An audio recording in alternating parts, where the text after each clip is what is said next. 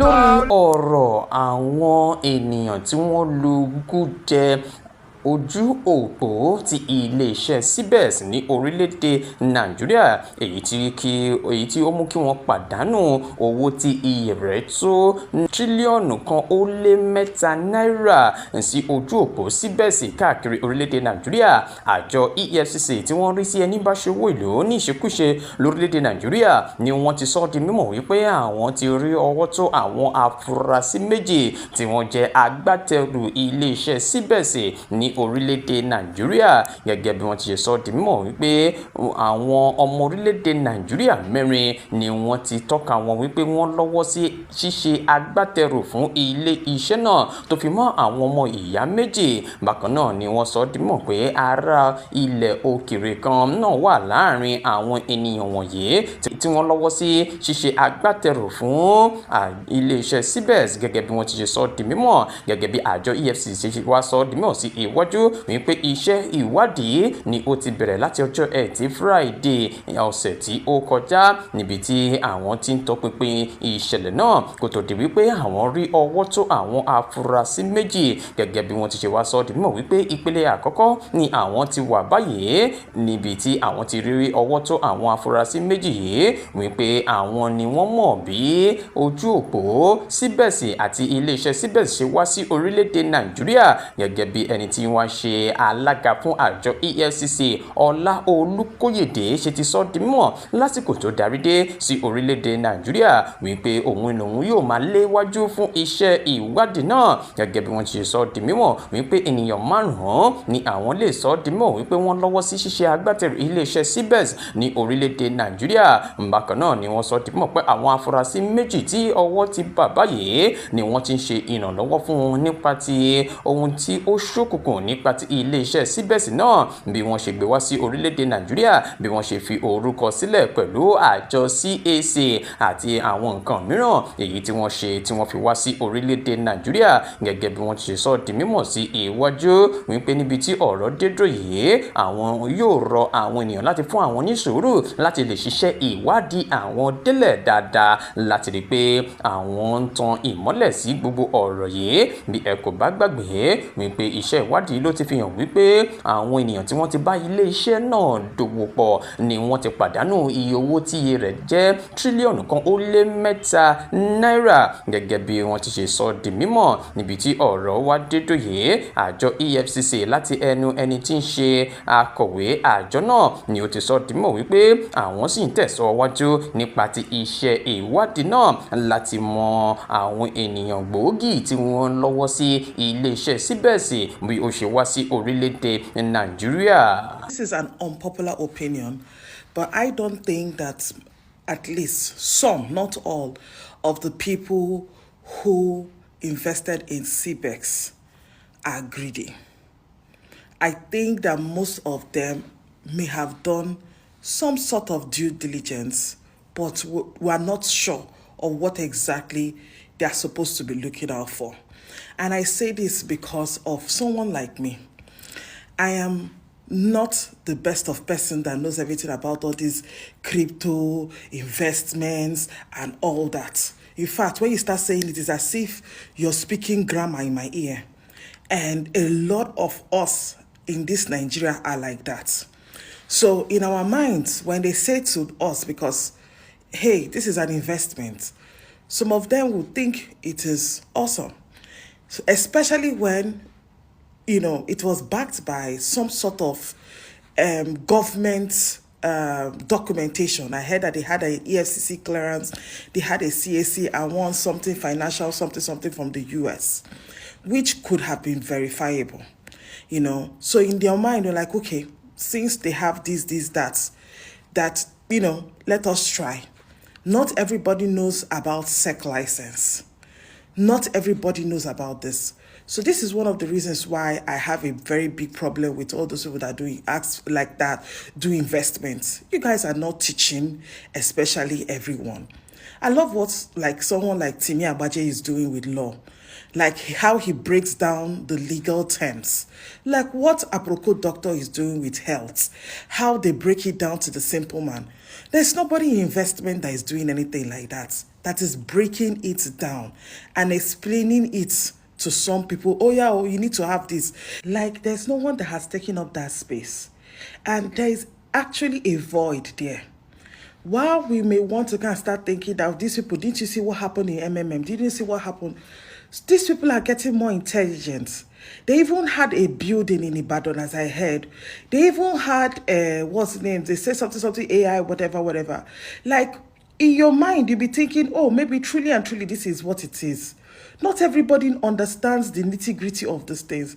This is why we need to have like someone in the investment space who is breaking it down. Don't think about only the big brands or the big orgas that you want to sell to. Think about how can you pass messages so that even those who don't even understand ABCD about investments can learn. You understand?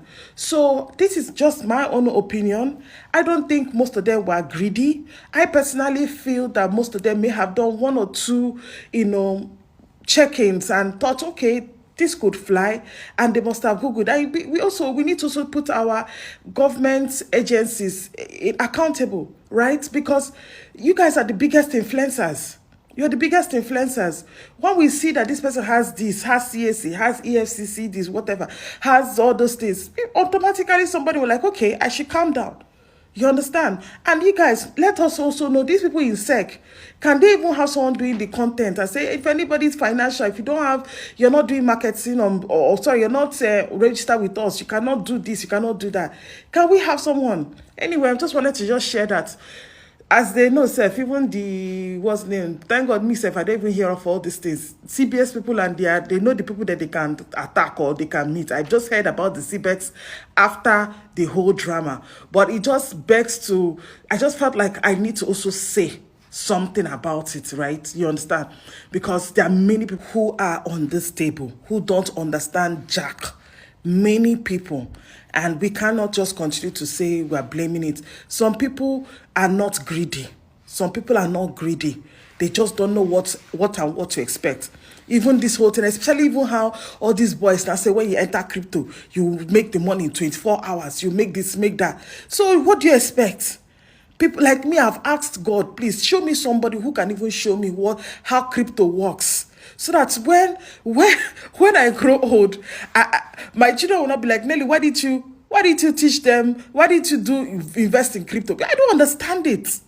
Like, I will not lie to you. Sometimes I used to be angry with my mother. I say, my mother left to London to come and give birth to me in Nigeria. Like, why did you just bomb me there? But at that time, she didn't understand it. So I wish somebody could, explain all these things and break it down. And in a much understandable way. Maybe use comedy, use content creation, make it interesting for us to watch and learn. Do you understand? I hope that another one does not come and take the small money that some people are saving. God will continue to help us. And please, you guys, be careful. If it's too good to be true, it's too good to be true. It's too good to be true. At this time and age, it's too good. Don't fall for all these victims, all these things. I know that you must have checked, but as well. Ìlera lọ́rọ̀. Ní ojoojúmọ́ ni ọ̀pọ̀ ènìyàn ná owó rọ̀gbọ̀rọ̀gbọ̀ sórí ètò ìlera. Èyí tó fi kún àkọsílẹ̀ mílíọ̀nù 2 tó bá lè mú àdínkù bá àkọsílẹ̀ yìí ìbá ti dára jù nípa gbígbé ayé ìlera pípé pẹ̀lú ìdùnnú àti ayọ̀ tó fi mọ́ mímu omi. Bẹ́ẹ̀ ni ẹ gbọ́ mi dáadáa, mímu omi. Ǹjẹ́ o ti gbọ́ nípa ẹ̀rọ omi hydrogen rich water HO1? Ẹ̀rọ ìpèsè omi hydrogen rich water HO1 ni wọ́n fi ṣe ìrànlọ́wọ́ fún ètò ìlera wa láti iléeṣẹ́ Best Ecotech Company tí wọ́n fi ìdí kalẹ̀ sí orílẹ̀-èdè Japan. Tí iléeṣẹ́ Century Healthcare Limited sì jẹ́ ojúlówó alágbàtà wọn ní orílẹ̀-èdè Nàìjíríà àti ní ilẹ̀ adúláwọ̀ Áfíríkà. Omi hydrogen rich water kì í ṣe omi lásán. Omi tí o lè fi rọ́pò omi tó ń mu lójoojúmọ́ láti máa ṣe ìwòsàn fún àgọ́ ara rẹ nípa àwọn àìsàn àrùn bíi dárúkọ rẹ̀ bí o bá ṣe ń ṣe ọ́ sí. Tí wọ́n bá ti ní ẹ̀rọ ìpèsè omi hydrogen rich water HO1 lọ́wọ́, àbùṣebùṣe nìyẹn. Omi hydrogen rich water HO1 láti bí ẹ̀rọ ìpèsè omi yìí ni àwọn onímọ̀ ẹ̀rọ scientist dókítà fi òǹtẹ̀ lò láti máa mu bí omi lásán fún ìlera pípé. ọ̀pọ̀ ẹ̀rí ló ti wá nípa mímu omi hydrogen rich water. Wọ́n ní omi tó ju owó rẹ̀ lọ ni. Inú àwọn kò bá ti dùn délẹ̀ ká ní àwọn ti ní ẹ̀rọ ìpèsè omi hydrogen rich water HO1 lọ́wọ́ tipẹ́tipẹ́. Síbẹ̀ àwọn sì ń dúpẹ́ fún omi hydrogen rich water yìí lójoojúmọ́. Ọgbọ̀nràn kòkó àgbọ̀n, ìwọ náà lè bẹ̀rẹ̀ sí ní mu omi hydrogen rich water lónìí tó bá ti ní ẹ̀rọ tí ń pèsè omi yìí ní ìkáwọ́ rẹ̀. Máa mu hydrogen rich water lónìí kó sì rí iṣẹ́ rẹ̀ lágọ̀ọ́ ara rẹ̀. Àìsí ń bẹ̀ láì bá wọn dá sí i. Láti ní ẹ̀rọ ìpèsè omi hydrogen rich water HO1 lọ́wọ́, ẹ pè 0806 630 3810 0816 833-0743. Níbikíbi tẹ́ ẹ bá wà ní orílẹ̀-èdè Nàìjíríà àbí ní ilẹ̀ adúláwọ̀ Áfíríkà, ẹ̀rọ ìpèsè omi hydrogen rich water á kàn yín lára. Owó ìdákọ̀mọ́ lásán ni o. Ẹ wá gbọ́ o, iléeṣẹ́ Century Healthcare Limited nìkan ni ojúlówó alágbàtà ẹ̀rọ ìpèsè omi hydrogen rich water HO1 ní orílẹ̀-èdè Nàìjíríà àti ní ilẹ̀ adúláwọ̀. Mímu omi hydrogen rich water láti bí ẹ̀rọ ìpèsè omi hydrogen rich water, àlá rere ìlera pípé ti wá sí ìmúṣẹ.